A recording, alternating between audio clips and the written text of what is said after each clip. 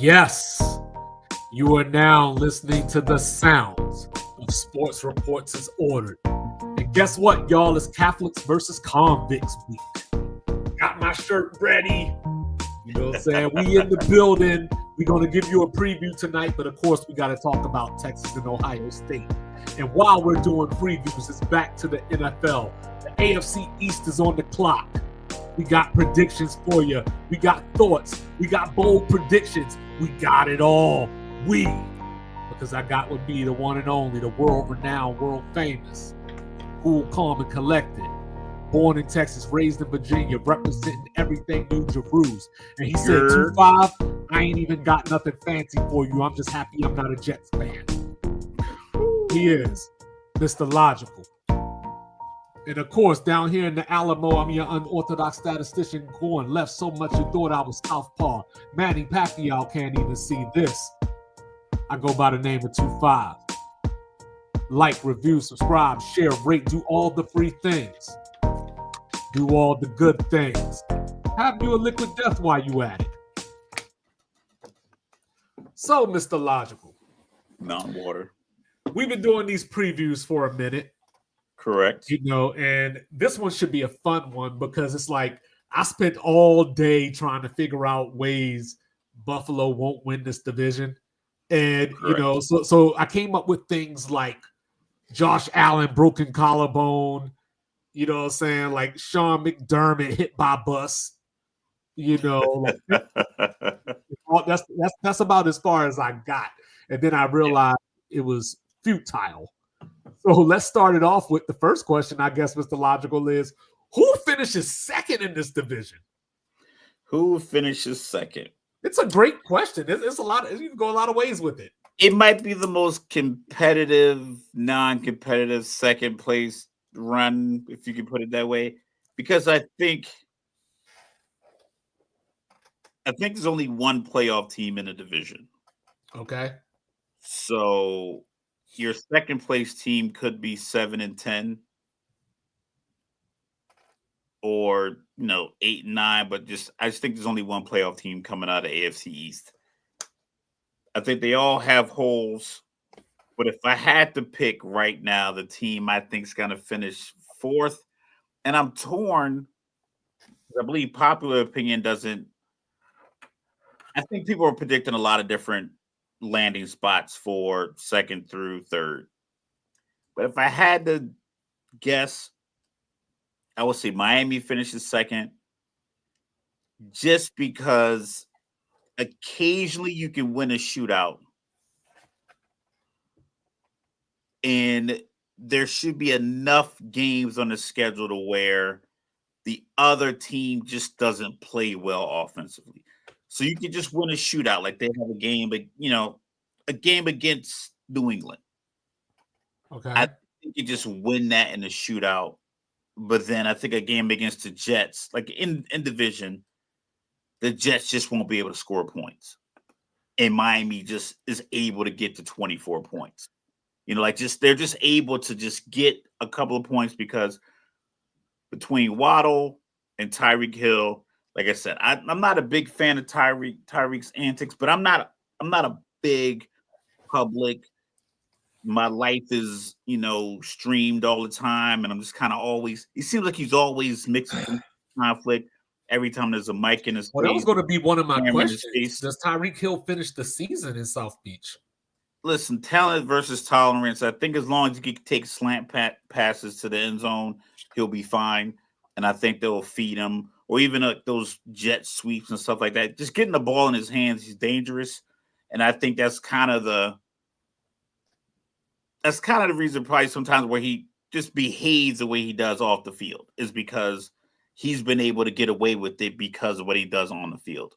I'm not knocking him. I'm not trying to, shit on this man. Like I said, I'm trying not to be negative, but a lot of stuff he does is just like, yo, come on. Like, I'm out of here, man. Like at the post-game press conference, everyone knows the 24-hour rule after a tough loss.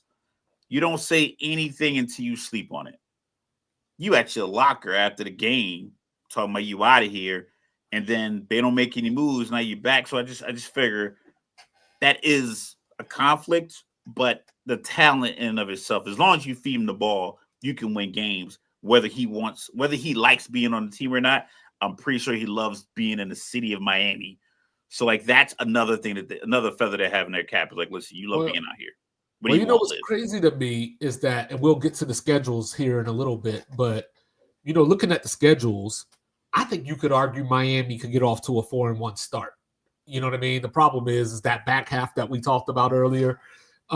New England, if things click, if Drake May can be, say, I'll just call it above average. If he could be above average, New England could start 6-2 looking at this schedule. Yeah, but the problem with Drake being above average is like they don't have any. They have one above average playmaker on the outside who's coming off ACL surgery. Well, they got a rookie that I like, but besides him, they got that rookie in the backfield. They got that rookie in the backfield. The home run hitter.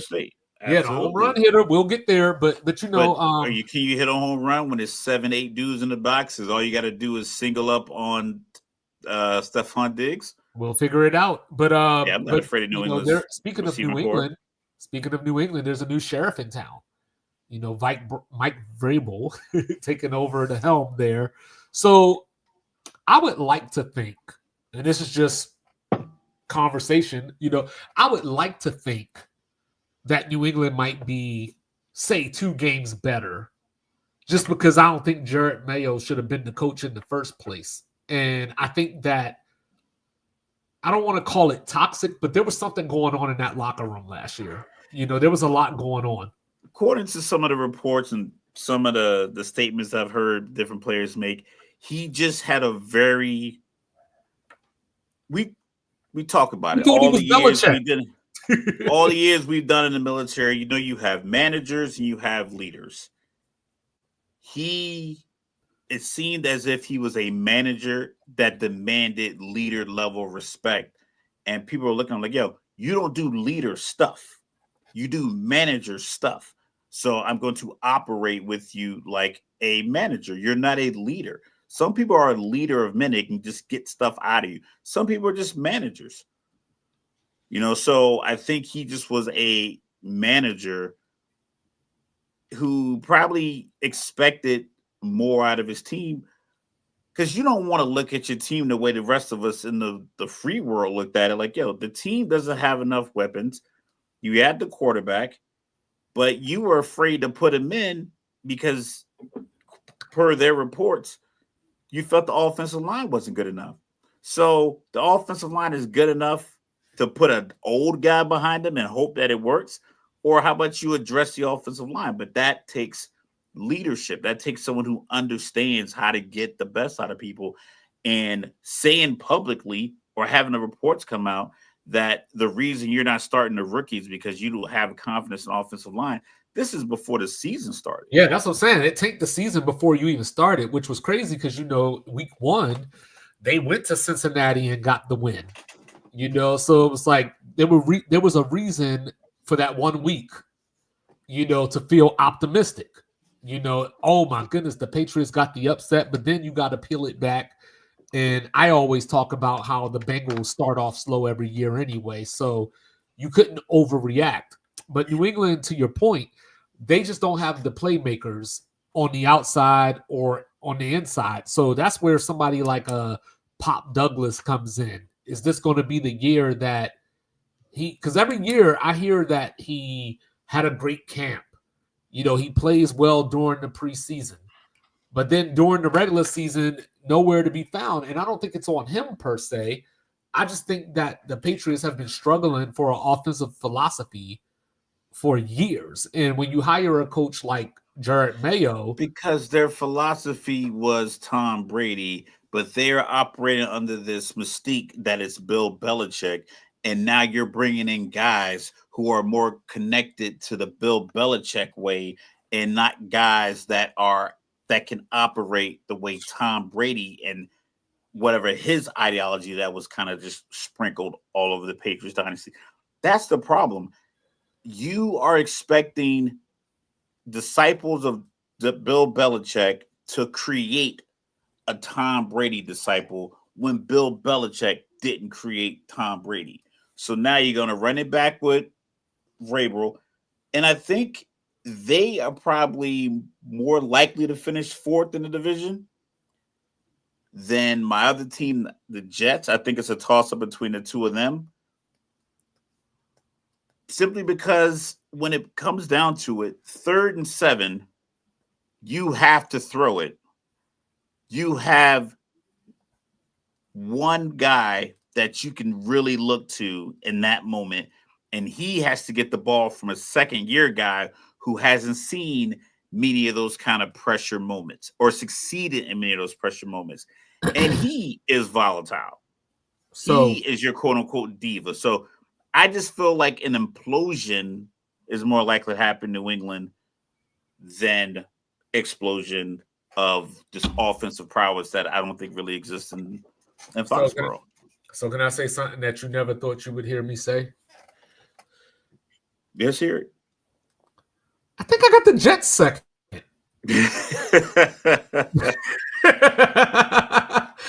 Ladies and gentlemen, by the way, that was not a joke. I think I got the Jets second. You know what I'm saying? Just so look, obviously they have a new head coach. Like I said, second is 7 and 10. No, I know. Hold on. Yeah, so having the Jets second doesn't sound as crazy as it was. Well, just 2 years ago, they were in the playoff race with Zach Wilson after, Aaron Rodgers got hurt. Obviously, it didn't end well, but they were right there on the brink. They had beat Buffalo, swept them that year, matter of fact, and they were on their way. So when I look at the AFC East, this is how I got there, Mr. Logical. So now, I know they got a new head coach. You know what I'm saying? But not only a new head coach, a first-time new head coach, right? So that's always going to be one of those either way. You just don't know which way it's going to go. But when I look at the personnel, that's where I'm like, hey, maybe the Jets are a little bit better than I thought, because when I look at it, right, this is just in the division, I think they got the best defensive line. They got either the first or second best corner, with the other one being Christian Gonzalez, and of course that's Aaron Glenn's position. They got Michael Carter coming back from injury this year, so they should be able to shuffle their corners back in the order that they should be. They have what I would say just, Stephon Diggs coming off injury and all that. They have the best receiver in the division in Garrett Wilson. At their best, so I would say James Cook is the best running back in the division. But, but like when Breece Hall is at his best, and then, you got Braylon Allen behind him. So the running game is there. Then you got the guy that, don't have it all right here behind center is the problem. But the skill that he does bring makes the running game even more dangerous. And we saw him get off to team game. They got off to a 4-2 start with him as at quarterback at Pittsburgh. The problem with Justin Fields that I'm learning, or that think I understand, is obviously he's got the deer in headlights thing going on. But also when you think about it, he started off with all these defensive coaches, and now he's playing for Aaron Glenn. So that doesn't even fix anything. This is the problem for the Jets and New England. I think both of them have the same problems. Okay. There's not a defensive coordinator that's going to game plan for this team and be up late. They're gonna see their kids' football games. They're gonna be able to help with the homework. Like there's nothing about what the Jets or New England's gonna do to you from an offensive standpoint that's gonna stress your defense. Your Justin Fields point, he is still playing like the rookie Justin Fields in practice now, 5 or 6 years in the league. He's still like, I saw highlights from practice of him running for a touchdown. Well, you can't hit him. He's wearing a red jersey. You can't hit him. So him scrambling and not throwing the ball in practice is a problem because in the game, he doesn't throw the ball. And when he does throw it, he's ineffective. It's like 65% completion percentage is solid. But taking bad sacks, scrambling, taking unnecessary hits. He's a big, I think he's like 6'4", probably 225, 230. And the crazy thing is he got an arm. He just doesn't throw the ball. And then you have Aaron Glenn, who's a new head coach, who's already, remember when LeBron went to Miami and he played that villain role and it just was like, this feels forced. Mm-hmm. And then then they lost to Dallas, and the following year he was like, I'm just going to enjoy basketball again. And I think they ran off like 27 wins in a row. It's like, that's what you do. Like, you are this guy. Like, you don't have to force this facade in order to try to create. Like, it's preseason, and he's already going back and forth with reporters. Keep it a little smooth. You don't have to be confrontational. The sport in of itself is already confrontational, already physical, is already emotionally demanding. But you don't Why think take that energy to the podium? You don't think that could have it like where the no, team because like, he's gonna have to. Because he's gonna go to the podium when they lose and not be able to turn it off, and it's gonna be constant conflict. It's gonna be constant. We're gonna make a change at quarterback. So it's gonna be like Jared Mayo. It's gonna be exact same, and Vrabel's gonna be in the same boat because he didn't pick Drake May, and he's gonna find out that these guys are not the guy. It's a lot of quarterbacks that are in position because they look really good in the Under Armour shirts at the combine. They look really good in the pictures, and they don't play the position that well. They don't play the position well enough to secure an extension for the rookie coach extension, of the contract. It's a lot of like, you're tied to this guy's success and he might not be that good. I think the fans are very passionate about what they want. I think they're excited about Justin Fields because he is an exciting playmaker. But if it's Madden, give me Drake May, give me Justin Fields. But in a real life football game with rookie defensive coaches and limited weapons, what are we talking about? So I would like to think, that being reunited with Garrett Wilson will have some kind of positive effect. Now, I don't expect this to happen week 1 or anything, but as the season goes along. But he also had Olave. He has some other guys. He was throwing the ball just to the red spots in the end zone, like the back corners, and everybody was running under it. But he also had probably the best offensive line in the Big Ten. He had the best running backs, the best coaching staff. Is like he had everything laid out for him, and he was allowed to just showcase his talent. But he wasn't. He is an NFL quarterback, like when he was playing against college kids with a wide receiver core. That's all probably on their second contract by now because they're so good. He doesn't have that with the Jets, and I don't know if. First of all, Jets fans are gonna let you hear it.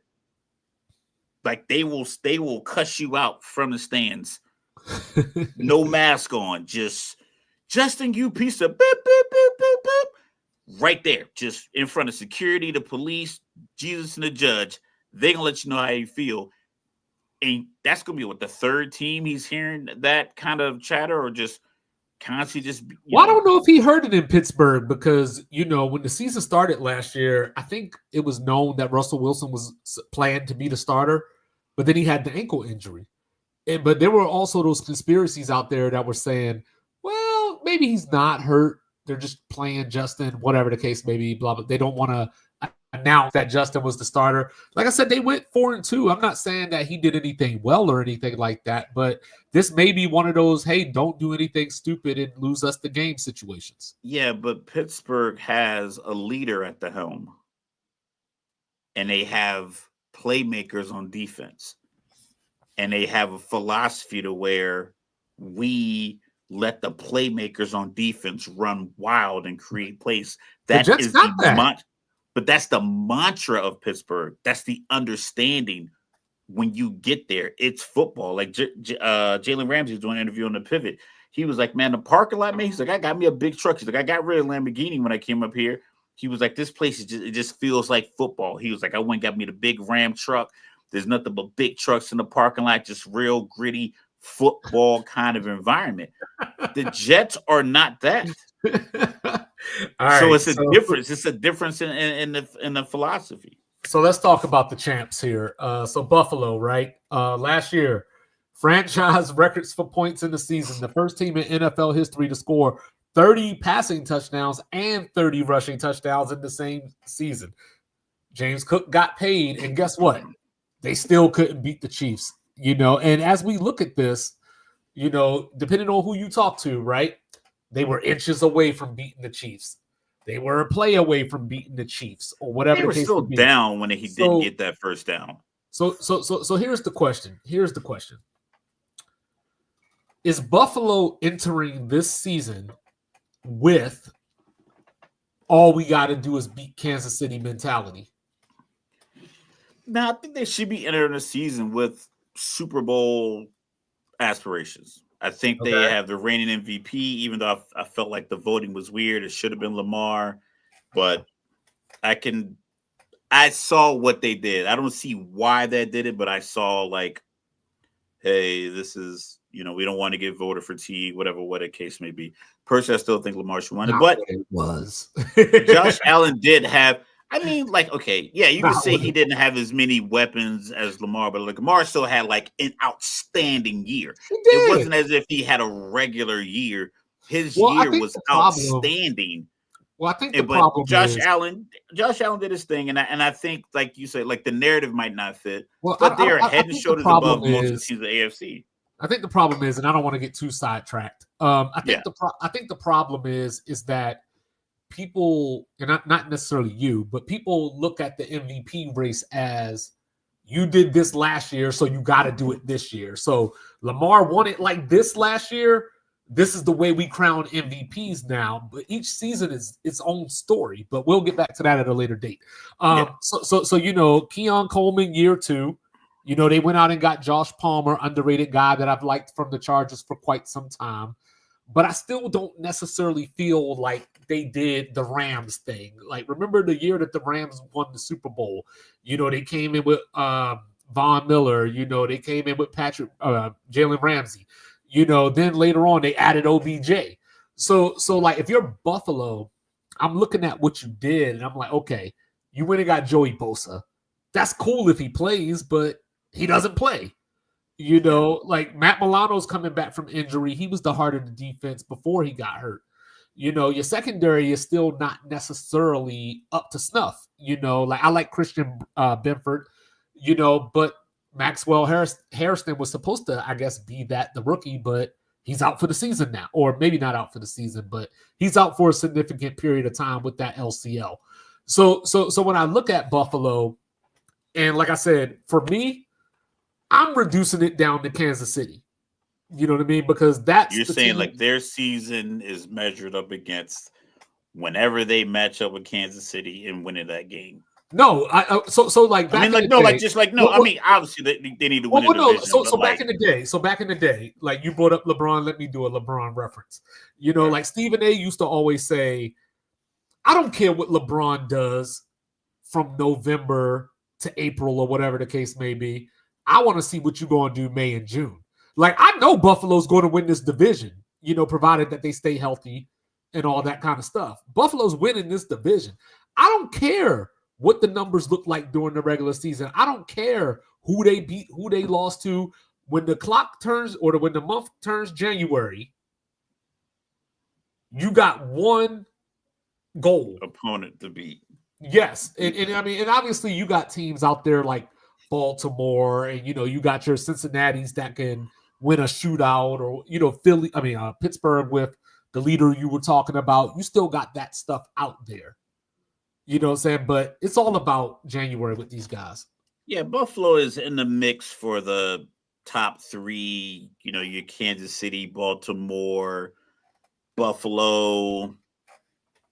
I think that's probably like the creme de la creme, my personal opinion, of like the AFC. Like I think those top 3. And then everybody else is kind of matriculate somewhere in that general 3 to 8 range. And after that, it's like, what's the point? Yeah, I guess you could sum it up to like they got to beat Kansas City. I just think the play calling in the game against Kansas City has to be if I'm gonna go down, I'm gonna go down playing the way that I played that's been successful. Like if you are Buffalo and you manage how many throws he has, like Josh has had, don't have him throw the ball 55 times in any game this week. I mean, in this season. You had Cook there who scored 17 touchdowns. I think he had a little over 1,000 yards, but in the red zone, don't just keep giving it to Josh Allen, having him take hits, trying to get into the end zone and diving on the ground and sticking his arm out, land on his shoulder. Just give it to the running back. This is what you have done. You got Dawkins there up front. He's a life and soul of your offensive line, life of the party. He brings great energy. Let them invigorate the offensive line. Let the running backs run the ball. Because James Cook was killing Kansas City that entire playoff game. And then they got tight and they were like, we're gonna leave it in the hands of our leader. And it's only so much you can do when Chris Jones knows you're running a tush push and you guys are not the kings of the tush push in the NFL. And he knows it. He's literally like, I think even they were setting up for the Philly. He was sideways. Right. He's 6'6", like 330. It's like he wasn't even lined up. He just was like lined up sideways. Like, listen, I need you guys to try to bull me over, and you're not gonna be able to do it because I got these other dudes pushing me back, and we're gonna stop this tush push. They couldn't do anything with the outside zone run with James Cook. It just was wide open every single time he got the ball, 4 or 5 yards a touch. But they got away from it. So as long as they can stick to dominating this division, let these other 3 teams fight it out for second and whatever level of mediocrity they're going to attain, and focus on getting home field and owning home field. They probably have one of the better home field advantages because of the weather. I mean, Kansas City plays in the cold, but those swirling winds in Buffalo, that lake effect snow, just being there all week long. If you get say the Chargers come up to Buffalo, like they play out in California, like it's a warm weather team, they got to come to Buffalo. You get a team that plays in a dome, maybe you get a Houston, they play in a dome, they got to come to Buffalo. Kansas City, yes, they play outside, but you could get a couple of wins, boom, boom, and now you're in the AFC Championship game, you're hosting it, someone has to come to you. You got to be able to handle that. And I think they'll handle their division just fine. Well, we'll see how Kansas City goes, because it just depends on if Mahomes connects with these weapons. You get a 42 to 44 touchdown season out of Mahomes. It might be nothing Buffalo could do. It's like, hey, so we know he has it on him. So they went and got Michael Hoyt from the Rams as well. You know what I mean? But he's suspended for 6 games, for PEDs. They brought back Trey White, like that's the type of stuff that I'm talking about. Like, I know that he's a Buffalo Bill. I know that he's been there for years and years, but this ain't the same guy, like coming off an injury and being like last year, and he's older now. That's what I mean by, if you're going to make these moves to get players at these premium positions, get people that can actually help you against Kansas City. Like, at this point in his career, he's not stopping a crossing route. You know what I'm saying? He's not able to get that closing speed on a hitch or curl. I mean, maybe his knowledge, like I heard of football. I don't know where I heard it, but I remember I heard it recently. It was like,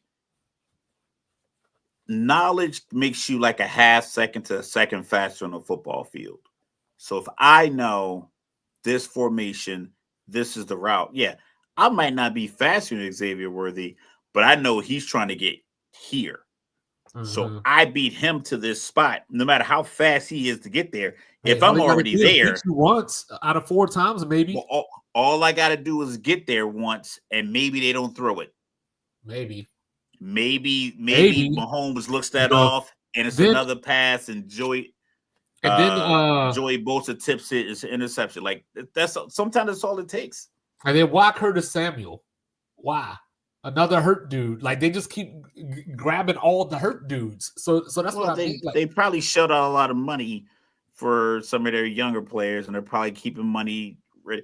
Maybe. Honestly, I feel like they know that they can just kind of coast through the season.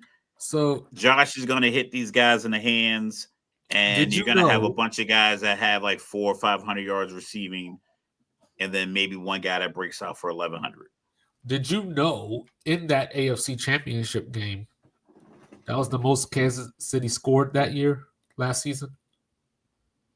You know, because we were talking about Kansas City's offense. Like, you know, they're winning these games 16-14, 19-17, whatever it might be. But we talked about the heart. We talked about the heart rate of the guy who wears 15 in the red helmet. We did. It's just something about those moments where it doesn't always click. We saw 2 Super Bowl performances that didn't go well for them, and they lost. But he still has 3 rings. Yeah. He's hosted 7 AFC Championship games. Something about those moments I don't know what his preparation is. I don't know if it's the baseball. I don't know if he does meditation. I don't know if he does Tai Chi. Whatever it is that he does, he puts fear into the other play caller.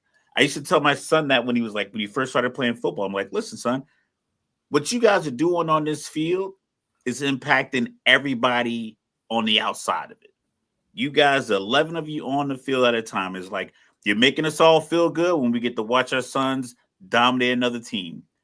Now you got the other coaches yelling at the kids. You got the parents yelling at the coaches. We had one game, the coach is ready to quit. He was sitting on the end of the bench by himself early in the second quarter because they couldn't get the snap right. They kept causing fumbles. It's like, you guys impact the mood of an entire organization of people. Mahomes radiates that across the field. Andy Reid, seeing them standing side by side with Kelsey, it's like you're looking across, it's 4th and 1, and you think to yourself, it's 4th and 3. Should we go for it? Because if we give the ball back to them, we're not going to get it back. So now you're going for a 4th and 3. You shouldn't go for it. They get the ball back, and they get those points anyway. It's just like seeing them together, it does that to the other side. They, being the Baltimore Bills, are going to have to block that stuff out and go out there and play they, play the way they know how to play. Yeah, and that's why, when I look at the AFC East, I tell everybody, laugh at Mark Sanchez all you want. That was the last time the Jets made the playoffs. They haven't won in Miami since 2015. I think they get that this year. So to your point, though, earlier about Mike Tomlin, I think that's the blueprint that Aaron Glenn should follow. We'll see if he does. Sauce Gardner has to have that type of year. So back in the day, right, there was that argument, Richard Sherman doesn't travel. This person doesn't travel. And I think there's a lot more zone being played nowadays to where guys don't travel. Do your job wherever you are. Leave the ego in the locker room. I like Arian Smith, the rookie from Georgia. I like his speed, I should say, running that 4.3. It'd be nice if he had a quarterback to get him the ball. But the Dolphins, let's talk about the Dolphins. No playoff wins since 2000. Still. Just strange. But I don't know. It just all those cold weather games, they got to get home field. And they take a lot of years. They're very much like Cleveland in regards to the quarterback carousel. I think like the post Marino, I think Tua probably has the most starts after Marino, maybe Pennington, something. But like for the most part, it's been a quarterback carousel since Dan Marino retired. So ever since Ace Ventura: Pet Detective came out, Miami's been struggling to field a quarterback, and it sucks. It happens. You fire coaches and you're starting over, and it's just ebbs and flow. But like I said, they could win a shootout just because they have guys that can take a slant that they catch at the 38-yard line, make one guy miss, and they're hitting their head on the goalpost. See, that's cute. But what they don't do is short yardage. Last year on 3rd and 1, 11 for 20. On 4th and 1, 0 for 3. That's the problem. Slant. You can take all the slants that you want. Throw the slant. Just get a yard. We don't have a power back. We can either go get one on somebody's practice squad, or we find out which one of these offensive linemen used to play fullback in high school, put him back there to block. Whatever, if they don't figure that part out, like I said, when They in got doubt, Ollie Gordon now. give him the rock. But I mean, it'll probably give it away. Like, hey, it's 3rd and 1. Ollie Gordon's in the game. It's doing. But I think I'd rather have that problem to fix versus the problems that New England and I think the Jets are going to have to fix offensively. People talk about Tua's health. I think he's been pretty healthy the last couple of years. I know he had the concussion scare, but he had the good year. The one against Buffalo, he hit his face hit another dude's thigh while he was diving. That's just poor planning. He should have slid instead of diving on the ground. I think anyone probably gets concussed from that. Josh Allen was concussed in that Ravens game. He was concussed against the Texans, I think it was 2 years ago, in that game where he went 9 for 30. Well, yeah, he was concussed last year against the Ravens when his head bounced off the pavement when a big defensive tackle hit him on a scrum. Like, he bounced, he was out, and then he hopped back up, and then they hit him with the smelling sauce, and he went right back out there. So if you hit your head too hard, you're going to get concussions. Right. If he was constantly pulling something, like you're a quarterback, why is your groin getting pulled? Why you have a calf strain? Why is your shoulder? Like, if he had those kind of injuries, I'd be worried. But like, as long as he doesn't take a knee to the neck, I think he'll make it through the season. So like, I just feel like offensively, like, they'll be better than the other two teams. So no playoff this year, because you said you think there's only going to be one team in the division that makes the playoff. So does that mean that this is Mike McDaniel's last winter in Miami? Where do you go? Where do you go from? Like, why do you start over? Because you feel like, how many rookie head coaches? I don't want to be. How many rookie head coaches are backbite? Yeah. But I feel like you keep hitting your head against the wall. Eventually, you stop throwing your head at the wall. Look, I said I could be. A lot of these predictions are just, we're just guessing. I could be wrong. They could slide into 9-8, and maybe there's a back. I just feel that no feelings or whatever. I just don't know. You just gave Tua all this money. Who are you bringing in that's going to maximize this player? Because if you figure you bring in a new coach next year, you're just naturally writing in a gap year in development. So honestly, you're signing up for it, and you're paying them $50 million you're paying them $50 million of practice for 17 games. Honestly, the way that the NFL is going these days, as far as the hiring trends and everything like that, I might turn my eye to the Pacific Northwest and see how it goes out in Seattle this year. And if things go, seemingly well, maybe you bring in a Clint Kubiak or somebody like that. I mean, I'm not saying that's my answer. Yeah, I'm just saying that's the way that the NFL. We all know. Yeah, we all know. We all know the formula. Listen, like I said, this is why I said I'm facts over feelings. We can feel like, I think there's going to be a change in New England. I feel a change in the Jets. I feel like Miami's. But if you look at the reality of it, they have a first-year head coach with a cheap billionaire owner, which is ironic. Then you have what used to be a really good defense that, had a couple of good years. You got rid of that coach. And then you have division championship level expectations. You have a lot of stuff in the middle that you haven't figured out yet, like your quarterback play, your playmakers, your identity, your offensive identity, your defensive identity. So you have to figure all that out. So you have that same problem in New England. You got it with the Jets. And with Miami, you have this notion that they're just soft. First things first, calls them breakdancers. There's a couple of reports of they didn't like how physical people were at practice. They didn't like how physical these joint practices were, which I think joint practices are I think they're just a money grab for some reason. I think they're just an unnecessary piece of entertainment. Because if you have a 6th-round guy from drafted out of Hofstra and he's trying to make the Lions roster, and you got a joint practice with the Dolphins, and Tyreek Hill is playing it chill because he's like, my spot's good. And this guy was like, listen, I'm gonna get aggressive. So you run that route, I gotta hit you. Now everybody's mad. Like, well, you got this dude in here is fighting for a job with a guy who's like chilling. What did you expect? But once again, I don't think that builds on the intensity that the teams need. So and I believe that's the problem. So we all know, like, we can look at all these rookie head coaches who are trying to fix previous coaches inabilities to fix the quarterback. It doesn't work. I think CJ Stroud shocks people. Miami has a chance if their defense can live up to its potential. And, you're asking for a lot, right? So they drafted Chop Robinson last year out of Penn State. He came in, had 6.5 sacks. I think that can go up to 10 this year. But that's dependent on you got 2 guys coming back you're hoping can get healthy really quick, Jalen Phillips and Bradley Chubb. So you're hoping that they can get healthy to help him out.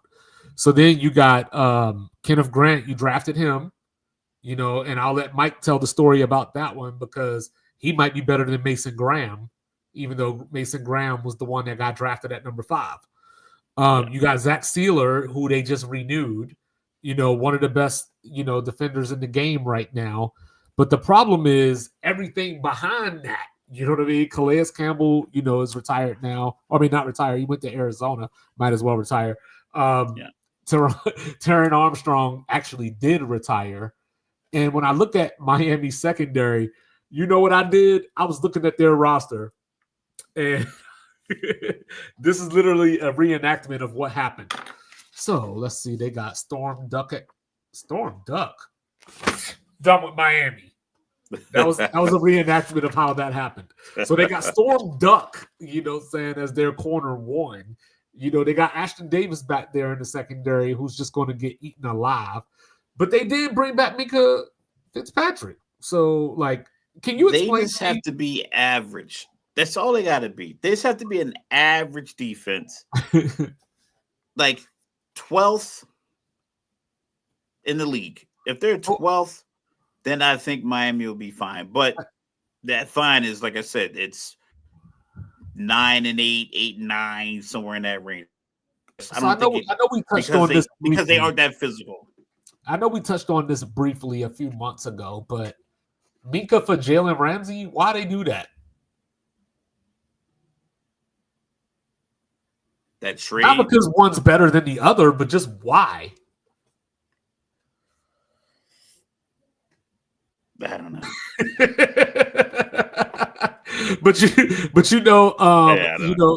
I got no answers. They got Jordan Brooks. I think you probably just got. You want to get. Sometimes some things are like addition by subtraction. You just. Well, he started his career there too, but you got to get certain Brooks voices out there. You want to try something new. But like I said, I don't think Miami is in like this dire position. I just don't believe that. You would think after a few years in a system with the quarterback and a quarterback that you're paying as much money as they're paying Tua, we should be having a conversation about who is going to win the AFC East, Buffalo or Miami, because Miami is in theory should be in a better position than New England and the Jets because of the rookie, I don't know if they are. The young quarterback, and that's the thing. So this preseason hasn't really shown a lot of confidence that, just as a person who we're just making an assessment. It doesn't seem as if Miami is that far away from the other 2 teams, but it does seem like they are very far away from Buffalo, and that's the problem. You're just in this purgatory to where you're just playing football for the sake of selling out 8 or 9 home games and selling road, get your cut of the road team, money for the week. Are you ready for this? Yeah. It's Q&A time with Mr. Logical. I'm going to turn my microphone off, and Mr. Logical is going to tell you his thoughts on Josh McDaniel being the new offensive coordinator for the Patriots. The floor is yours. It's just more. It's just I do this thing right, where I like a great conversation. I think that's why I enjoy the show the most.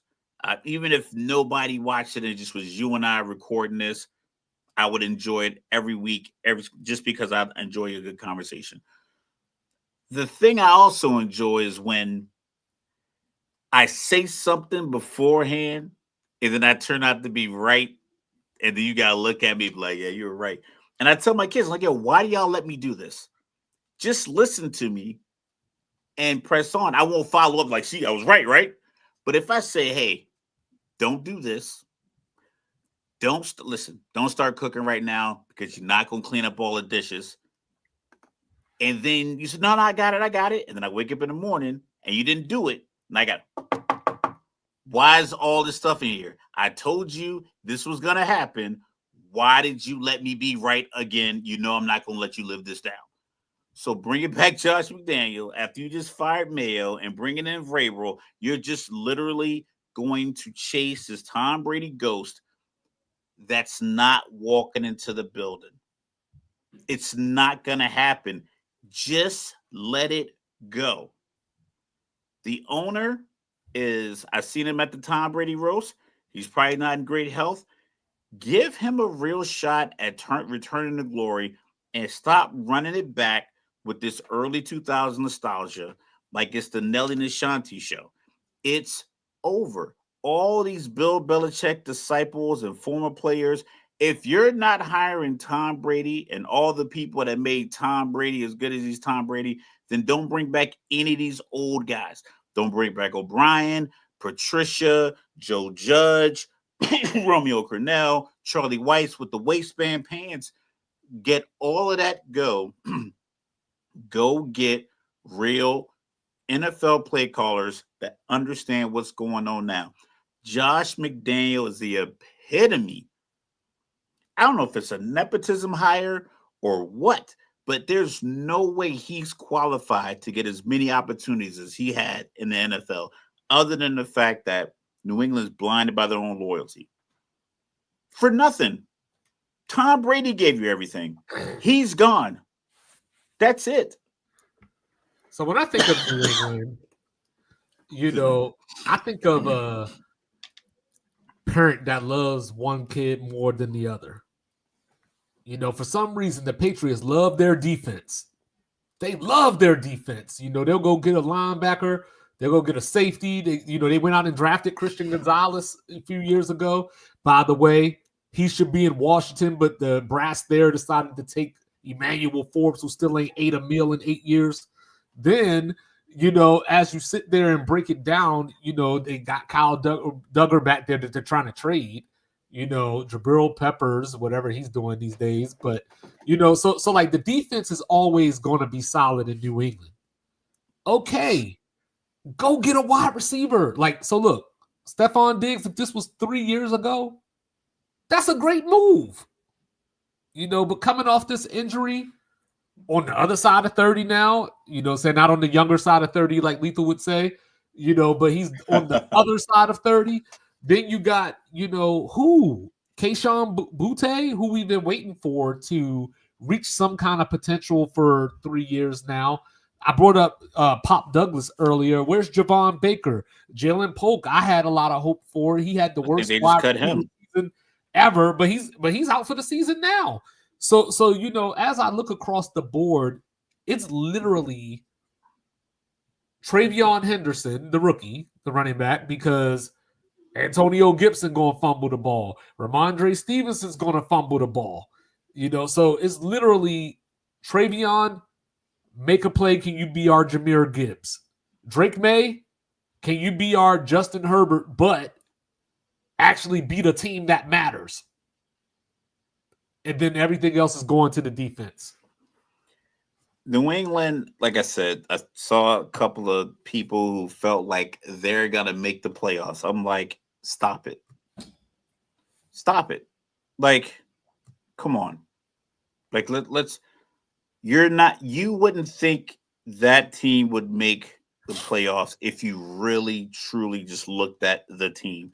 Take the city affiliation away from it and just say, hey, NFL team has second year quarterback that takes a lot of hits, has aging wide receiver, 9 months off of ACL surgery, maybe 10. Uh, Young player, unproven, rookie running back, good left tackle, no wide receiver two.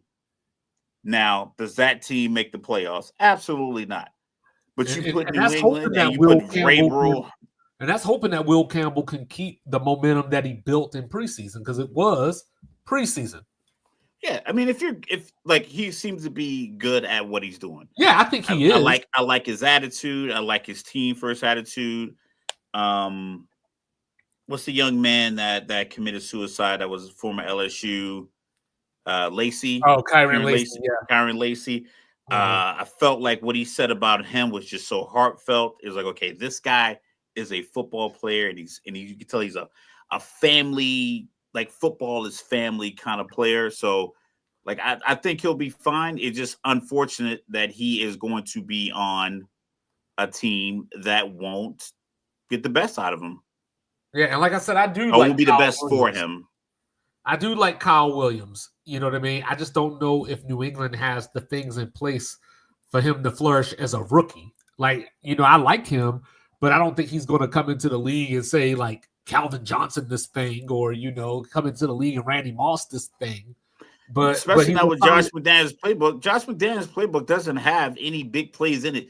It's a bunch of plays that Edelman, Amendola, Chris Bolger, Chris Hogan, and those guys ran. Like, hey, just sit in this zone when it's covered four, do this. Or, yeah, that's all good. But it's like these guys are on the field and they're great names and they're great effort. But the plays, the effort, all of it has to marry. Just having these guys that people are excited about doesn't translate into playmaking. Diggs is on these boat doing coke with Instagram models in the off season. Like, let's keep it 100. Like, yo, it's more. You didn't see that man put no powder in his He's nose. more allegedly. He's not going to be out there.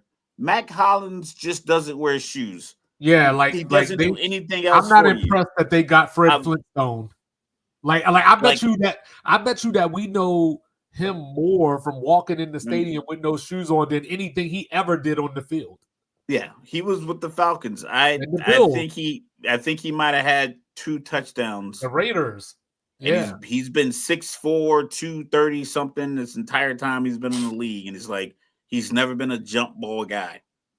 Like, if you're going to talk about Mac Hollins, you might as well bring up Gabe Davis or something. That's the level he's on. Christian Kirk. So that's the thing, right? And but like I said, on defense, they went out and do these things. Milton Williams. What I'm saying, Harold Landry. So the thought is, and Mike Vrabel is, how can I word this? He's I like him, first of all, but he's a lesser version of Mike Tomlin at his best, from the standpoint of he's done a couple of things where he turns shit into grits. And then it doesn't seem like he wants more. Like, he's just like, give me a football team and I'll make it happen. I don't need a star. I don't need this. Just give me the team and I'll make it happen. I'm a grinder. I was let's say, underappreciated player, but I won all these Super Bowls with New England. I'm just a good locker room guy. Just a guy like Ryan Tannehill. I'm like a real lunch pail guy. Like, sometimes you just need, granted, like I said, I don't really dig like Tyreek Hill's attitude, but sometimes you just need a guy that is just better than what the defense can do. Like, you have to have Tyreek Hill. You have to have that kind of playmaker. You can't have, like, Odell Beckham Jr. is a really good player now. I mean, he's faded, but like, in those early days with Eli, he just was better than the defense. Just throw it up there. He could catch anything. He just was a matchup nightmare. AJ Green early in his career, like people didn't like T.O. T.O., when he was on your team, your quarterback had his best season of his career. It is a fact. You can check every single quarterback. The best season of their careers when they had T.O. because he was a big-time playmaker that it didn't matter what the defense could do. Everybody on any wide receiver on New England right now, the defense just has to be there to make the play. You're not going to get beat off the ball by Stephon Diggs that often. He's not going to blow by the safety and the corner on many of his routes. Well, he's the reverse of what you were saying about Trey White. You know what I mean? He got the knowledge. He knows the spot to get to. You know, he knows how to be. Yeah. Yeah, third and 11, right? Third and 11, he's the route that you want to throw, you're going to look his way. It's just that after a few weeks of film, when you play New England October, the first weekend of October, you're going to know this is what they do, and these are the limitations of their offense. And it's going to be glaring. And it's nothing that there's not a player that can alter that. Like once it's locked in, like, okay, this is what New England does. They're going to try to win a lot of games, 20-17 or 20-13, and just front load the defensive line and hope that they could just keep the pressure on. But double move changes all of that. I want somebody, I mean, I don't think there's any way in hell that this is going to happen, but just for shits and giggles, I want somebody to tell me what kind of money I can make for Buffalo going 0-3. I can retire off of that. You know what I mean? It'd be the one hell of a parlay. Yeah, so as we're looking at the schedule here, the first 6 weeks here, it's pretty manageable. You know what I mean? Like I see at least 4 wins there, before you really try to get into it. Like Baltimore's the only 5 and a possible. Yeah. Baltimore's the only team that I see there. And when you looked at the odds earlier, like a couple months ago, Buffalo was actually favored in every game this season. Go figure, right? Yeah. So then you come on down the road, saying obviously week 8 is going to be the big one. But I like that week 14. Oh, I'm sorry, week 9. I'm sorry. I like that. I thought you were being facetious. No. I just looked at it wrong. But that week 14 as well, saying? Like, is Cincinnati going to be able to force Buffalo into a shootout? Well, they're going to have to because Buffalo's going to walk in with 21 points. In warm-ups. They're going to look across our list, man. We got 3 touchdowns on our first 3 drives off the bat. All right, so let's do it like this real quick. What is Buffalo's division record going to be at the end of the season? Division record 6-0. All right, so 6-0, right? So there you go. 7, 8, 9, maybe 10, 11, maybe 12. Maybe. I don't see 13. Yeah, 14 and 3. Yeah, I'm looking at a 13-4, 12-5 at worst. I got best, most likely. Okay, we figured week 18 they're resting people, so 13-4, 12-5 is the floor, 13-4 is the ceiling. Yeah, so then keeping it going. As we look at the schedules here, I'm going to pull up New England next. Just because. So here we go. Here's the Patriots starting off the season. So before you say anything, so this is what I was talking about. Looking at this schedule, and I'm not saying that New England's this great team or whatever. I'm just saying if all things created equal and go well, I could see a 6-2 start if everything. I don't know. If everything just went well. Well, think about so I'm looking at this, right? Where Carolina's going to put up points. I don't trust Pittsburgh's going to put up points. I don't trust Geno Smith. You trust him more? You trust him less or more than Drake May? About even. Yeah, give me Geno. Geno Falcons led the again. league in passing at some point, or Yeah, over still didn't make the 7% playoffs. completion. How about that? Well, that's a team sport. It's still I 9 know, and but 8. I'm Nine just and 8. saying. Other teams were 9 and 8 and made the playoffs. It wasn't I'm like just saying. Well, they didn't Seattle should have won. they didn't have the Well, guess what? records. Guess what? Seattle won the wrong games and lost the wrong games. How about that? Well, yeah, that's unfortunate, but that doesn't make him Beat the Rams. less Why don't valuable in you when this you need game to? to Drake, man. So lose at Miami. You know what I'm saying? Pittsburgh just depends on how you feel about Aaron Rodgers, I guess. 0-3. I got You him know what on I'm 3 saying? so far. Carolina. And I'm not saying that the Patriots should win these games. I'm telling you what they I'm just won't saying do. that when you look at it, you can look. I don't see it. New I don't Orleans. see New Orleans. You got a rookie quarterback at Tennessee. Revenge game for Vrabel. Yeah, okay. So I'll give you that. I'll give you that intensity. Then you get Cleveland off of that. I don't know what the hell Cleveland's gonna be. Atlanta's gonna get that dub.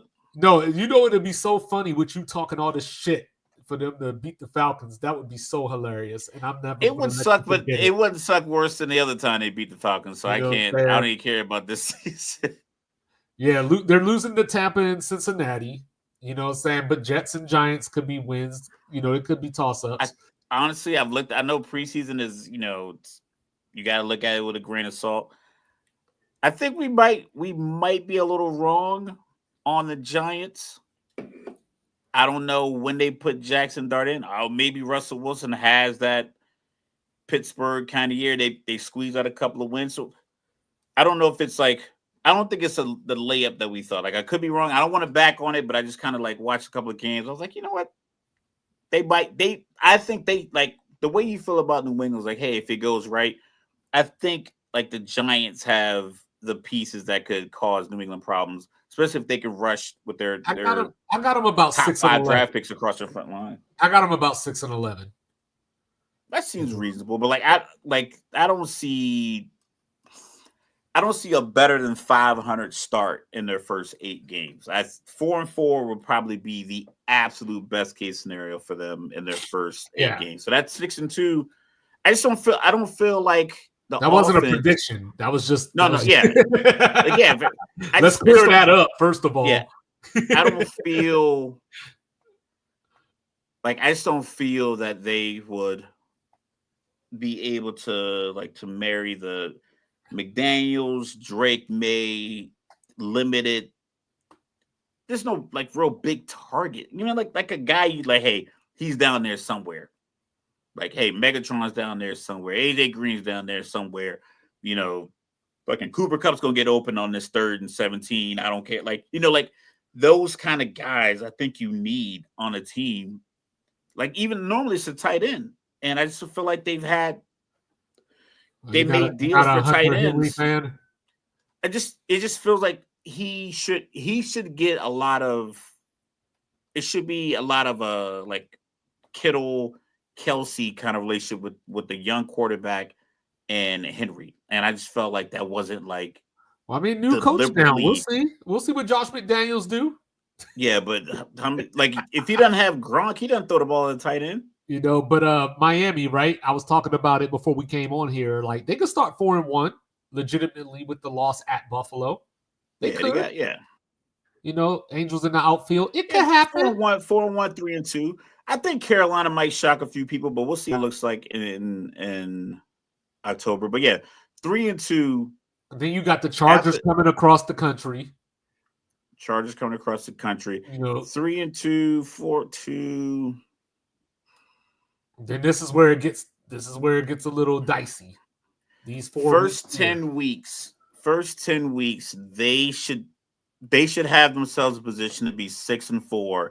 Okay. After scroll down. After that game on Sunday afternoon, November 9th, Miami should be looking up at the standings you know what? 6-4 is not bad for our first 10, or even after the bye. Yeah, Washington. How do you feel about the defense? Yeah, so the Washington game is going to be important. You know what I mean? Just as far as it's truly a toss-up. It's over in Spain. Yeah. That game could go a long way to your point. Could Miami end up 9-8 or something like that And that could be the game that keeps them. Because if I think, if I think they're 6-4 after the first 10 games, getting a 7-4 with this win on the road into your bye week, and then getting New Orleans, and then 8-4, and then you get just kind of this murderers-ish row, which is not even the teams per se. We're just thinking about it in weather's terms. History. Going to New York, going to Pittsburgh, playmakers, back at that. You know what I'm saying? Then you close at New England, which is going to probably be cold, and snowy. So, you got to try to outscore Cincinnati in between all that. And then that Tampa game could be a toss-up. Yeah, so I think Miami, they're all day games, so it should be theoretically a little warmer Sunday at noon. That 7:15 game in Pittsburgh is going to be cold, though. I honestly think that their best case scenario could be 10-7. Yes. You know what I mean? That could be their best case scenario. I got them if more you're like a Dolphins fan. If you're a Dolphins fan, you are hoping that going into the bye week, just somehow they squeeze out 7 wins. They have scroll back up. I just want to see the first 7 games.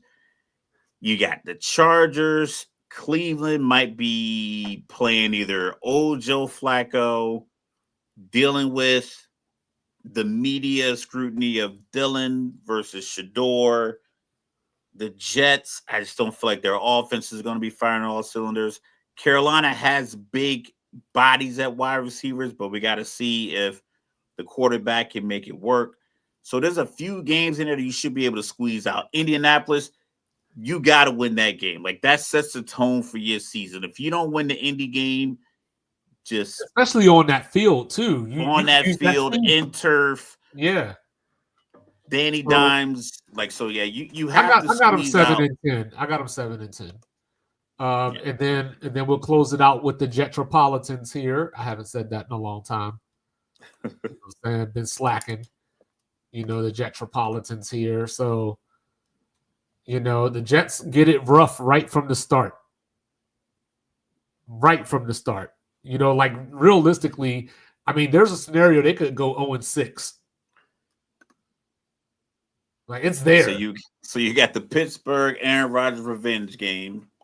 Then you got the game where you're overmatched. Then you go down to Florida.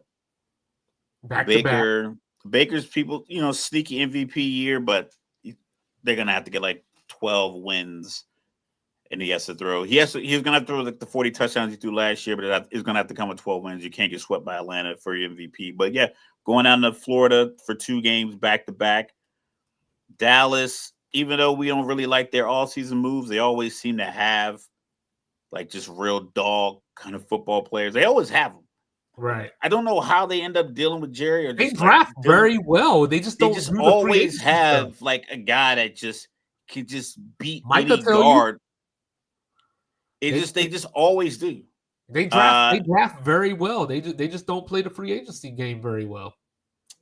Denver is a lot of people. It's a lot of fool's gold in the Denver. That defense. Some people had them ranked as high as like 4th best team in the think about it like this. Think about it like this. Saying Denver had the 3rd best defense last year, and all they did was go get Tafunga, Greenlaw. They went and got the Thorpe Award winner in the NFL draft.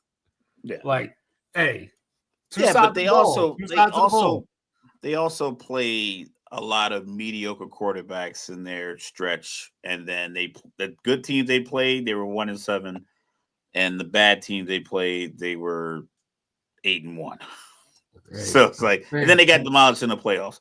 But I'm not a Sean Payton guy anyway. Carolina, it shouldn't be a toss-up, but it probably is. Cincinnati, man, like I said, Cincinnati could be literally in the same boat they were in last year, and they already saw the results, and I don't know why they didn't fix it.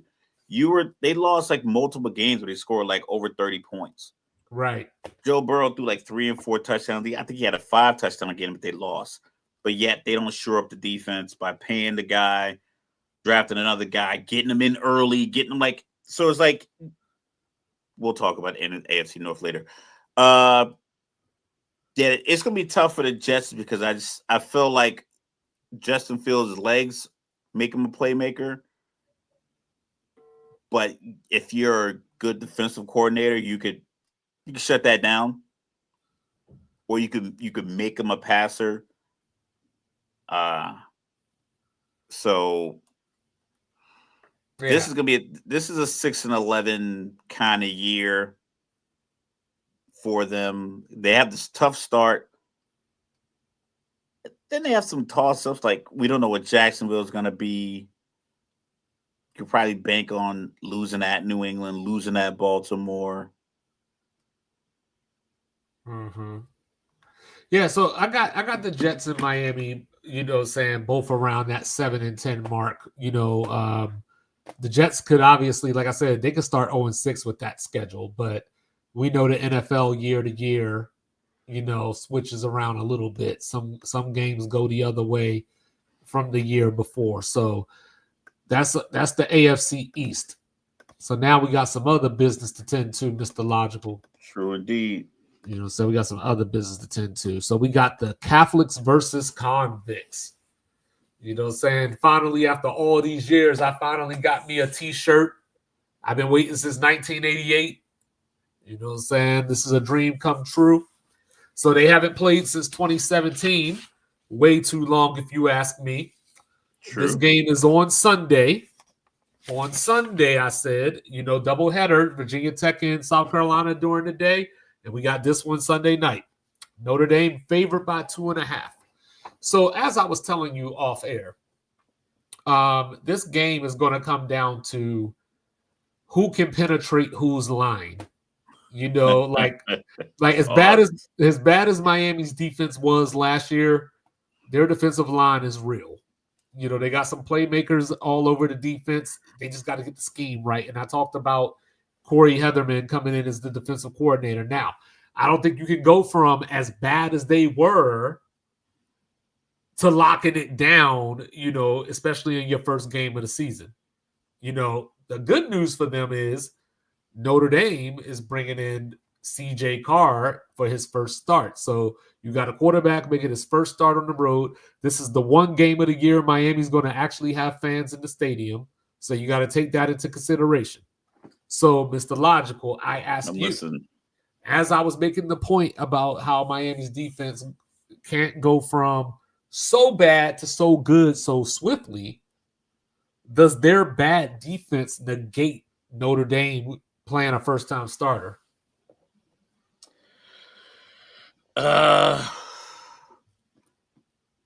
No, because the defense, no one's coming to help you. There's nothing that the defensive coordinator can do to make it easy on the defense. They just have to do their job. It's like, if we call this play, you got to get here. You have to make this tackle. You got to know what the call is. You got to know what the check is. You have to be able to do your job. And if you were poor at your job last year, you're a returning starter, or you weren't good at your previous school, you transferred in and like they're trying to figure out this scheme. It's nothing you do if you do it wrong. Like the defense coordinator could call a perfect play, but if you don't defend it properly, then there's nothing like you could do. But with a first-time quarterback, I can call touch passes, jet sweeps.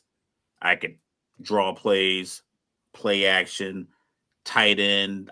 I can, as an offensive coordinator, I can make it easy for you because I can give you one job. You're one player. I know the quarterback has a lot of responsibilities, but I can give you 1 or 2 reads right in front of you for the whole first quarter. Mm-hmm. Whether it's a deep one, whether it's a shallow one, whether it's one in the flat, or if it's just like, hey, screen pass, I can make it easy on you and get you in a groove easier than the defensive coordinator can get the defense going. So then, you got Jeremiah Love, Heisman candidate. And I could just turn around and give him the ball to him. And now the defense has to react to him. So now that RPO action, I get my quarterback on the edge. I'm like, this, you know what?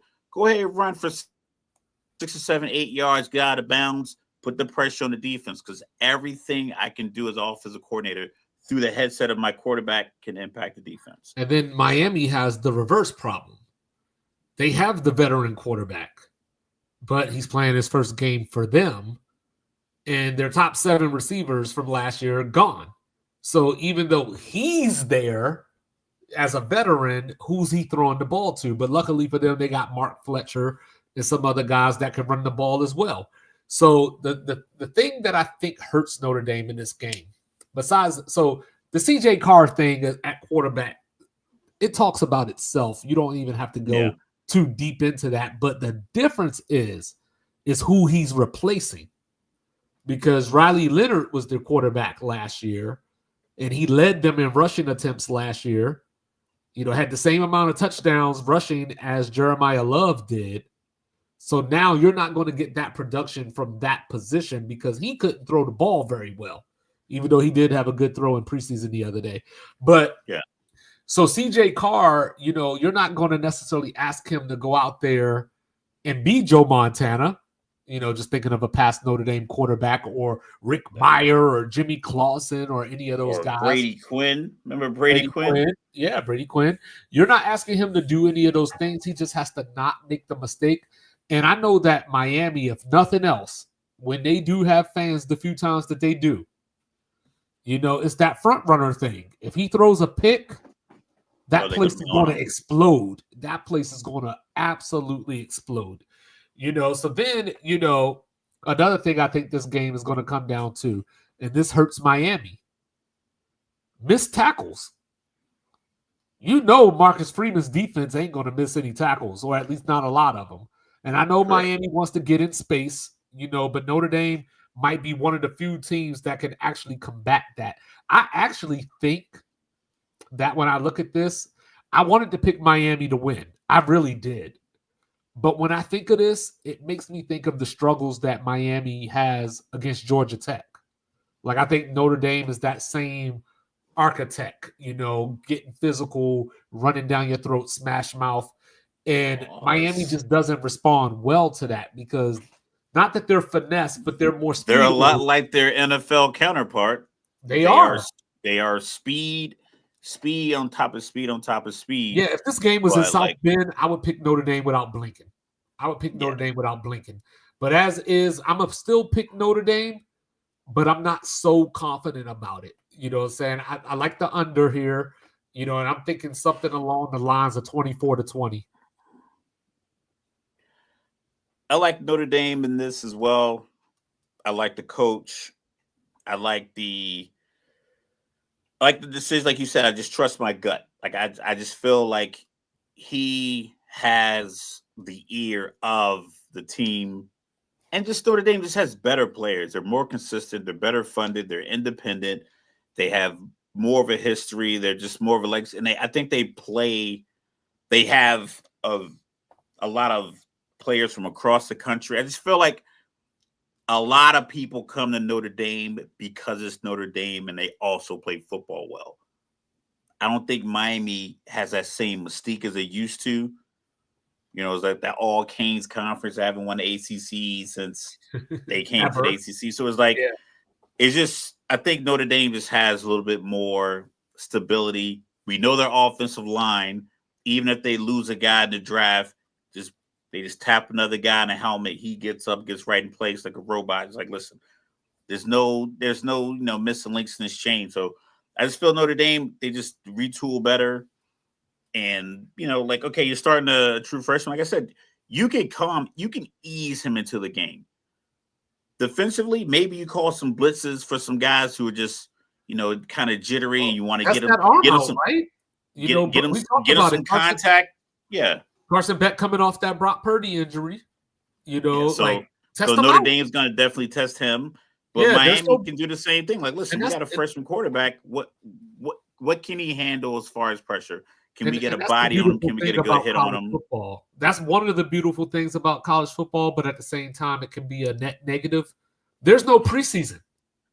So when Carson Beck steps in there and Notre Dame sends the house, this is going to be the first time he's been under Yeah. someone's shoulder pads You all probably should have all scheduled summer. Bethune-Cookman first. You know what I'm saying? FAMU or something. Just to get some live action. But yeah, I got Notre Dame in a still close game. You know what I'm saying? But Notre Dame. Then you got the big one. You know, the big one. The horseshoe coming alive. Texas and Ohio State. You know, and depending on which poll you look at, number 1 against number 3, number 1 against number 2, all the good bells and whistles are here. So I'm gonna start out by saying this, Mr. Logical. I know who I'm gonna pick to win, but it took me a while because I had to think like all these things just offset each other, right? So Ryan Day got the monkey off his back, you know, won the national title. But when he gets in these games, generally he tries to prove, to your point earlier, I forgot who you were talking about, but he doesn't do what Ohio State does. He's always trying to prove we're tough. We can man up. And I talked about it. Yeah, and I talked about it last week, you know, where they had the game at South Bend where the 10 men on the field happened and they got out of there with the win. You know, that was a game that Ohio State should have dominated just off of talent, but he decided to play Notre Dame style of football to prove a point. You know, these last couple years against Michigan, to include last year, they were favored by 22 over Michigan last year, 22 and a half. And he came out there and said, you know what? I'm going to out Michigan. Well, I'm going to tell you this, Mr. Logical. If he tries to out Texas, there's an ass kicking coming to the horseshoe. I'm going to put it like that. So here's a question for you. 2 questions, actually, 2 in 1. So if this is a high scoring game, which team wants that? And then secondly, which team is more likely to blow the other one out? All right, so high scoring game. Who wants a high scoring game? I would say Texas, because I think Texas believes they have the better quarterback and he's just going to be flowing. He's just going to find open guys. Ohio State, they want a ball control kind of game. They want Arch in the pocket. They want to force some punts. They want to force, Sark to go for it on 4th and 3 from midfield. They want that kind of game to where they're giving the ball back to their starter who has limited experience, a lot like Notre Dame. So you can make the game easy for him. In order to make the game easy for him, it's going to be a lot of easy routes. And then you hit Jeremiah Smith, the man-child, over the top. So here's a third question that I wasn't going to ask, but I just thought of as you were saying that. Then I'll answer the blowout question after this. Okay, yeah. So I know. So I'm just asking because it follows up to the point. So with the Arch thing, do you view this? And I know they didn't play, but is this sort of like a Blake Griffin, Ben Simmons? Like he's a rookie, but he ain't really a rookie. Nah, he's been there for 2 years. Mm-hmm. So it's like he's been there for 2 years and he's gotten on the field both seasons. So he sat there for a while. I think he enrolled early, like most of these young guys do when they graduate. They enroll early, and then he got his time last year. Granted, like I said, he got that ass kicking against Georgia. Dudes running up on him. But, he had his highlight games, and you can see that famous highlight of him going to the sideline and it's like, we're here. And they're doing all that other stuff and all the high fives. Like, oh, my God, we got a man in with so much soul, all that other stuff. But, yeah, I don't think the moment's going to be too big for him. Like I said, just this week, if he's getting any advice, he's getting it from Hall of Famers and Super Bowl MVP uncles. So it's like, I think a lot of interceptions in big games. Yeah, they probably say, don't do what I did. I mean, don't let the moment get too big. Like, just play into it. Eli played great in big games. Remember, he Peyton played never terrible in October. Remember, Peyton never beat Florida, and I will never forgive him. Yeah. Never won a Heisman. You should have won it. But it's like, yeah. So, Ohio State, I think they need to get the ball. They need to get the ball back off of punts and turnovers, not off of kickoffs. Okay, so for the blowout question, which team is more likely to win by blowout? I would say Texas because in order for a blowout, the quarter I think the quarterback making mistakes is how teams get blown out. So I know it's not all on the quarterback, but an ill-timed interception, a bat, a fumble where a defensive tackle scoops it up and scores. It's like that. Those kind of plays really can like suck the life out of a offense because that defensive tackle, yeah, he just ran 30 or 40 yards, might be a little tired. They're all amped up off of that, and they got to come right back out on the field. You got to forget you just fumbled, and big number 97, 300-pound dude just scooped and scored with it, and they're all celebrating on the sideline. Cannons are going off, and the shit going like you got to forget all of that in less than what maybe 2-3 minutes real time. See, I was If you go thinking to about it commercial the or not. other way. I was thinking about it the other way because I do agree with you that Arch won't be rattled, but I think the others might. I think some of the other players on that Texas roster might be, but also to the Arch point, while I think he won't be rattled, this is his first time in an environment like this. You know, the games that he played, the Georgia game you were talking about, that was at Texas. That wasn't at Athens. You know what I mean? So he's still taking it on the road to this type of place for a long time. I also But think Stark can for the also first time. played a video of Michigan just beating Ohio State at the shoe. So it's like we know Ryan Day is gonna come out there with his dyed beard and just like trying to hang on. Just let it go. Hey, Just let it hey, go, dog. You're not fooling anybody. I'm pretty If you sure keep it Clyde real, keep it Drexler. real with your team. I'm pretty sure Clyde Drexler saw Jordan shoot 5 for 19 in a playoff game and thought like, "Oh, I could make him do that." Yeah. but the other thing that I was going to bring up is that I think Sark needs this game real bad. You know, just from the standpoint, they went into Michigan last year, you know, smacked them around 31-12, but that wasn't a real Michigan team. That wasn't the JJ McCarthy edition, national title edition. You know, Ohio State ended their season last year. You know, they lost to Georgia last year. They lost the SEC title game to Georgia, you know, without, you know, Carson Beck in the second half. I think Sark needs this game, not for any hot seat reasons or anything, but Yeah. I think he's in that Ryan Day spot right now where it's like, hey, you got all the talent. You're probably the best play caller in college football. You got to win this game.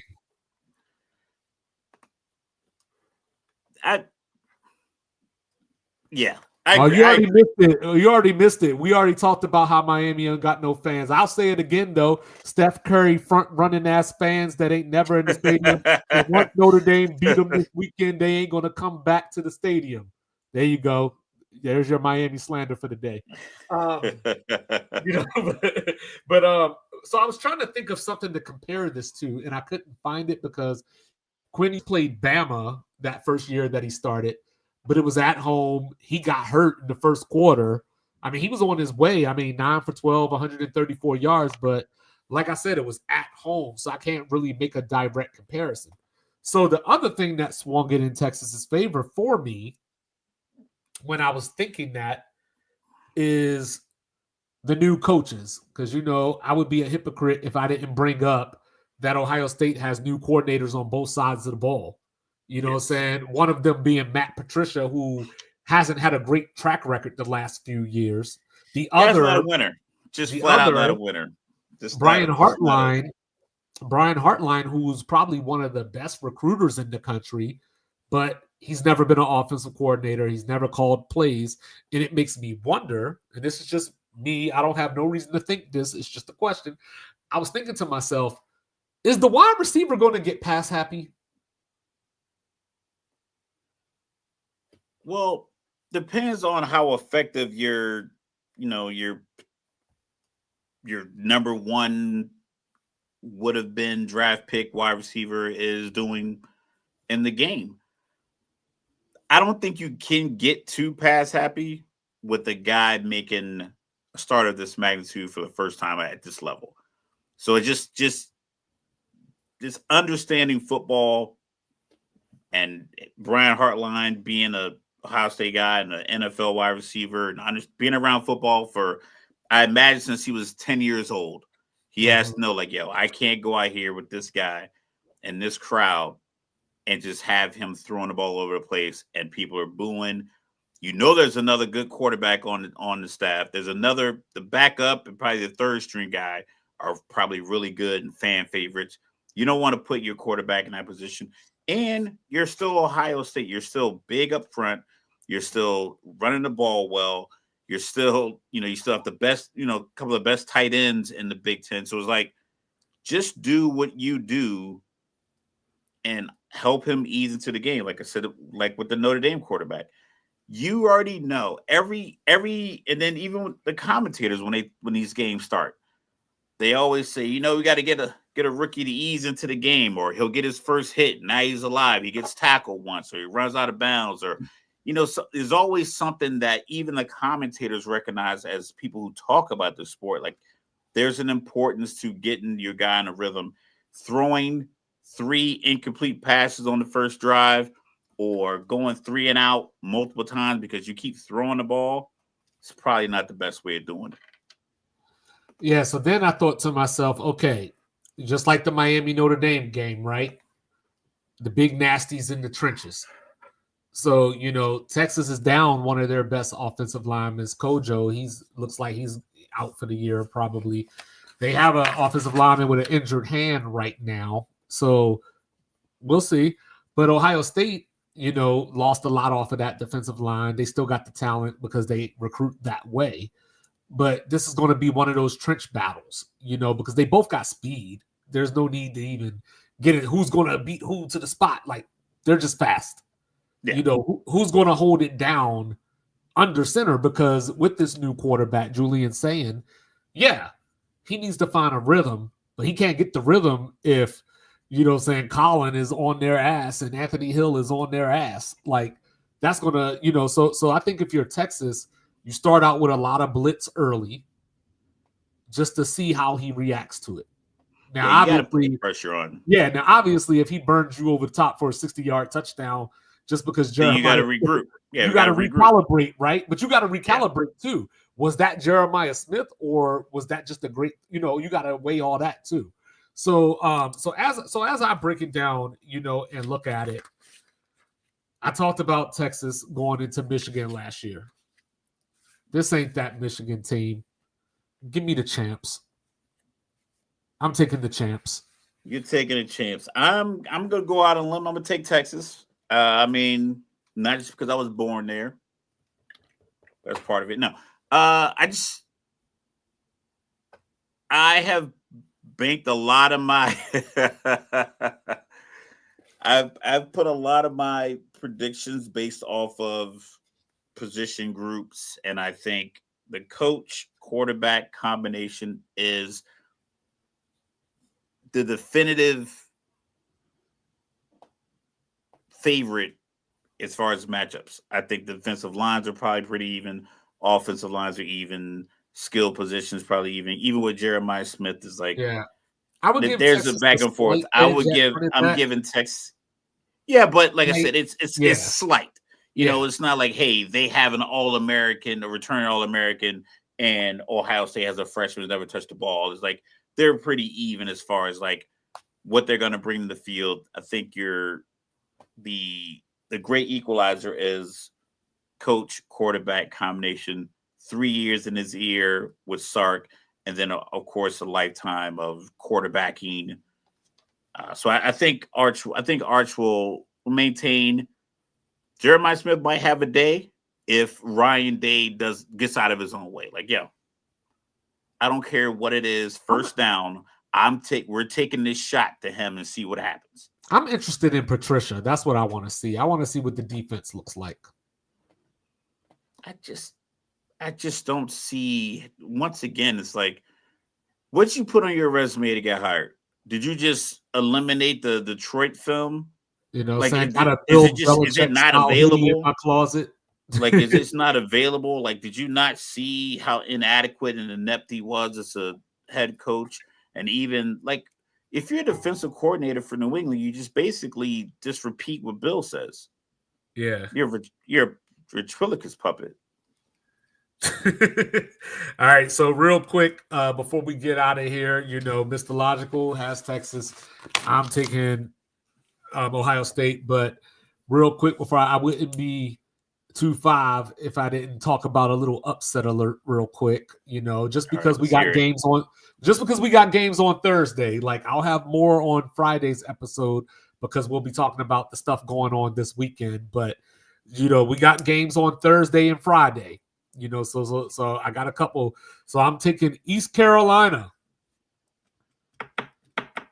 I'm taking them against NC State. Okay.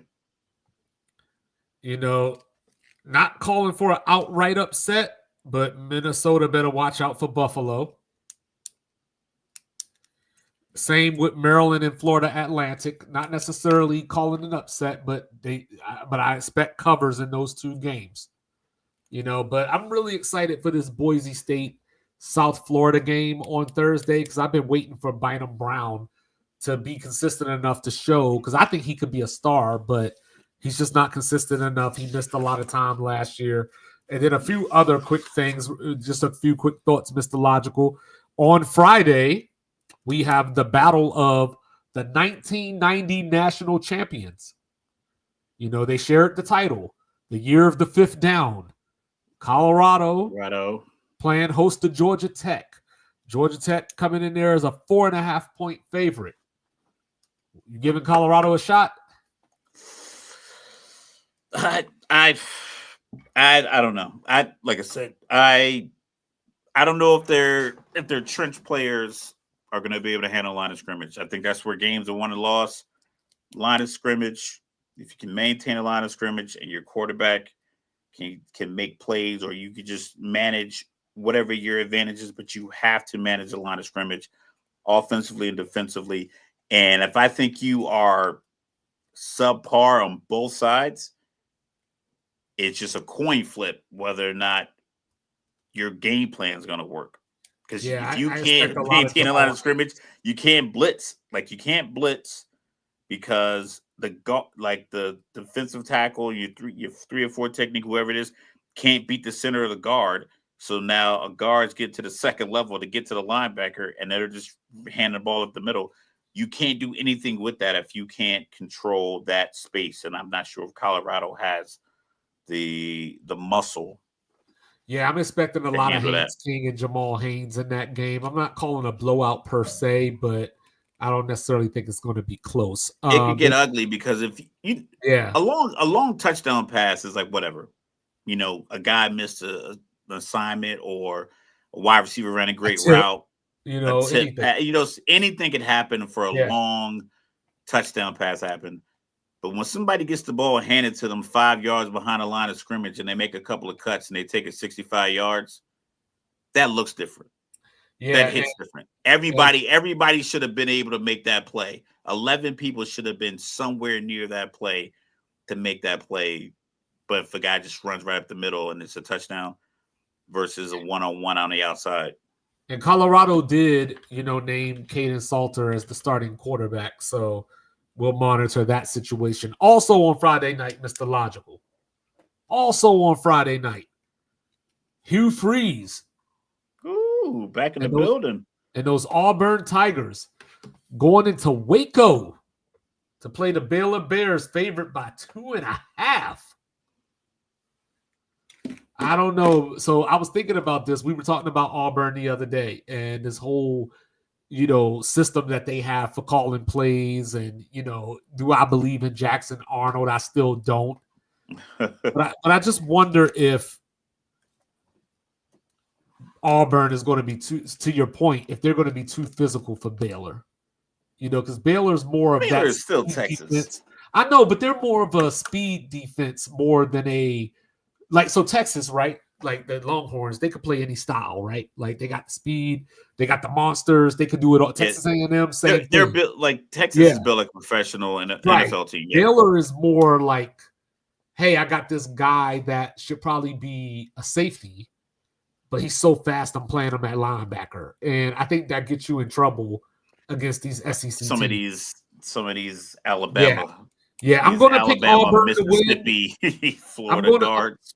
I'm going to pick Auburn to win, but I'm willing to be wrong. And then, of course, last thing before we get out of here, I would be remiss if I didn't say we got Dylan Raiola playing in Arrowhead Stadium. Who came up with that schedule? Yo, it's just cosplay, man. It's a big deal now. I was in New York City. People were dressed up like Sonic and the Hedgehog and Tails and other anime characters. Cosplay. That's what it's all about. So Dylan Raiola out here cosplaying Mahomes. I saw a quote today. I hope it's fake. He's like, I can't help it if God made me look like him. I hope that's fake. I hope it's fake. It's funny if it isn't, but it's even more funny if it's real. They are going to be playing in Arrowhead against Cincinnati. Yeah, and I think that game is going to be a lot closer than people think. I'm not calling upset alert or anything, but just keep your eye on it. I think I saw it. Nebraska, I think it got bet down. I can't even remember the number right now, but it got bet down. Cincinnati's defense is a lot better than it's going to get credit for. I just don't know what Cincinnati's offense is going to look like. Nebraska, though, lost their defensive coordinator down at FSU, Tony White. So watch out, Bama. Watch out, Bama. But we'll be back on Friday to talk about Florida State, Bama, to talk about LSU, Clemson, sprinkle in a little TCU, North Carolina to go along with our AFC South preview. True indeed. Watch who I pick to win that division. Just flip a coin. Yeah, you might as well. But he is the world famous, the world renowned, even kill, Mr. Logical. All you need to do for him, he don't ask for much. Just don't bring feelings to a fact fight. Don't do it. And then, of course, down here in the Alamo, I do believe in Joe Hendry. I am 2-5. See you in a few days. Enjoy your football on Thursday. Be on the lookout for some 2-5 dailies or something. Grab your liquid deaths and like, review, subscribe, share, rate. Do all those free things. Do all those good things. Tell grandma good night. Happy 21st birthday to my son in about an hour and 48 minutes. Happy so we birthday. Will be drinking.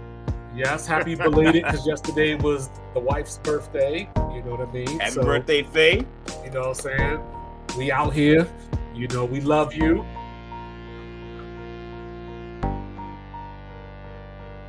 Peace.